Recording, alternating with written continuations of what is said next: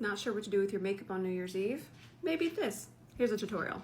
So I'm taking a little pot concealer and I'm gonna really start to even out my brow area. I'm gonna take a little bit even in here at this point. Get this really nice and even. I'm gonna use a liquid eyeshadow through here because when we blink, we actually have a lot of friction. So I like to use things there, especially if I'm doing long wear makeup. I wanna use something there that's going to dry down and set. So for right now, where we don't have friction, we're just going to really even that out with this pot concealer. I went ahead and put a little bit of peach corrector here. We want this to be a really, really even look. So I'm gonna do a little pre-correcting. We don't realize it, but sometimes we have a lot of darkness through here, and adding a little bit of corrector there before concealer can make a huge difference, especially because I know I'm about to use black eyeshadow. So we have all of our groundwork. Now we're gonna grab our liquid shadow, and this one's gonna be really close to my skin, if not a hair lighter, and that's exactly what I want for this. We want all of this to be very, very even, very close to our skin tone. That way, when we go to kind of layer the shadowing that we're about to do, it's very contrasting. So let's take a C31. And remember, this liquid eyeshadow is going to completely dry down and set. And that's what we want for longevity. We're gonna add a really tacky base just to our lash line and extend a little bit. And the reason why is this is gonna help our liners and our shadows that we're going to apply kind of turn into liquid shadows. It's going to keep them very blendable for a longer time. Let's start with a black liner. This one's going to go really close to the lash line and we're going to extend it. And if you're wondering where to extend, if you have hooded eyes, we're going to come from underneath, and you could even clean up under here later. It just acts as a really good guideline. Search my name and hooded eyes on TikTok. But just by stopping right here, just kind of doing a nice little roll, that gives us a really nice guideline. This look is going to be absolutely chaos for a little while. Now, anything angled and bent, that's what you're gonna reach for, and you're gonna reach for very tiny brushes for this. I'm actually going to start with this little liner brush. We're gonna grab some black eyeshadow. This is one of my favorite black eyeshadows of all time. And I'm gonna start to press that in and lightly smudge it upwards. I'm gonna relax my eye, and remember, this is gonna be a huge smoky wing, so I'm really not going to worry too much about the shape at this point. Picking up more black eyeshadow, I'm just gonna keep on packing and moving that liner around. You see these little smudgies? That's fine. That means we're on the right track. We're gonna do several layers of different browns on top of this. I got too excited and then the camera wasn't in focus. Back camera's hard to film with, but it's worth it. So all I did was I took that shade and I just pressed it right above the black. Not into the black. We want to keep this as black as possible, which we could always add more black eyeshadow there in a minute. But for right now, let's just try to focus it above the black. And that's gonna go right above the other shade.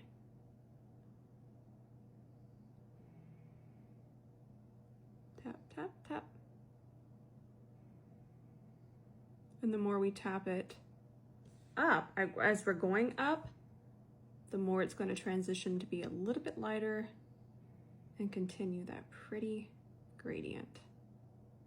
Now we're gonna grab an E28. I don't have anything on here, and I'm just gonna tap back and forth to smooth this out a little bit.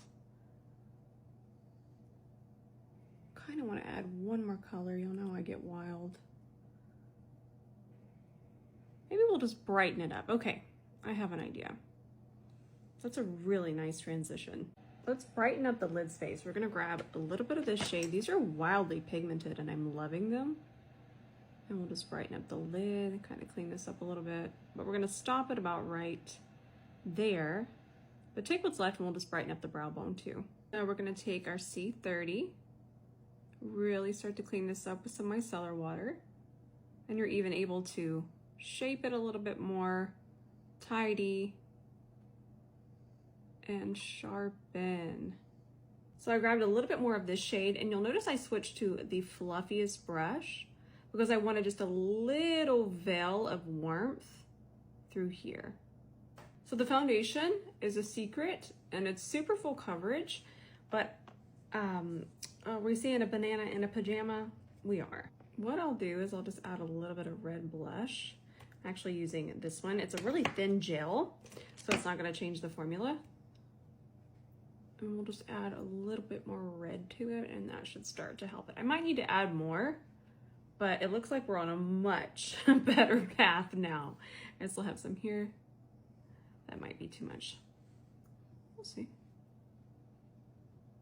Nope, perfect. There we go. We're getting there. So I put a pink brightener on top of my concealer, and I had to do all of this off camera because the pink brightener and the foundation are both secrets. Adding some Lily lashes, self-adhesive lashes. This is the style Go Getter. So I'm going really glam.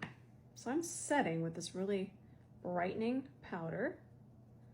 And what I like about it, it's a baked formula. So it's gonna interact with this really wet makeup that I have on just fine, because I don't know if you know this, but baked makeup was once in a wet state. So it kind of remembers being baked, but I'm going to really press this into the skin. We're gonna use a different powder for the perimeter, but I really want to brighten the center. I'm doing all the things I don't normally do, but this is something I would do for New Year's Eve, for sure, if I didn't go to bed at 9:30. Now we're gonna take a powder that's closer to our skin tone, not a powder foundation. We don't wanna add a lot of pigment, but we definitely want our skin tone back in a few things, and I'm just gonna start to press this in on top. And I know this seems like a lot of powder, but other than this, and when things are baked, they're already in such a thin veil anyways, but I'm gonna take this and start to press in everywhere else. I'm gonna leave the bake just a little bit longer, but I'm gonna go here, anywhere where I don't really have the bake.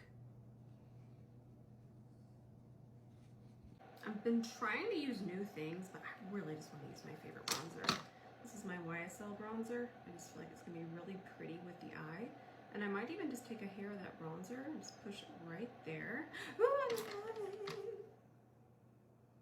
And then let's put it here, C40, holding it really far back so it just hugs the cheek and does that transition for us. And remember, I'm not contouring, I'm just continuing bronzer flow. And I'll even take some down my neck. For my bottom lash line, I'm just gonna use this taupe eye pencil from 𝗕𝗘𝗧𝗬. Natasha, we need this in a full size. And then I'm gonna grab this Kiko Milano liner and I'm gonna do that as my inner corner. And then we're gonna do rhinestones, but I think I'm gonna put this on my waterline as well.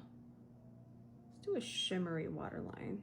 Look at how pretty this blush is. This is Laura Geller. The shade's called Pink Buttercream. I feel like it's gonna be perfect with this. And it has a little bit of luminosity. I don't plan on wearing highlight, but I did want a little extra luminosity there. Magic in a bottle.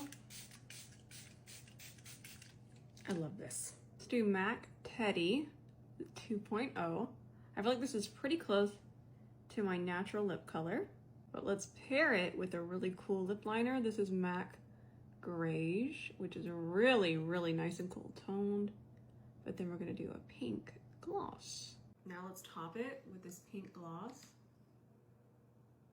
Oh yeah, that's the ticket.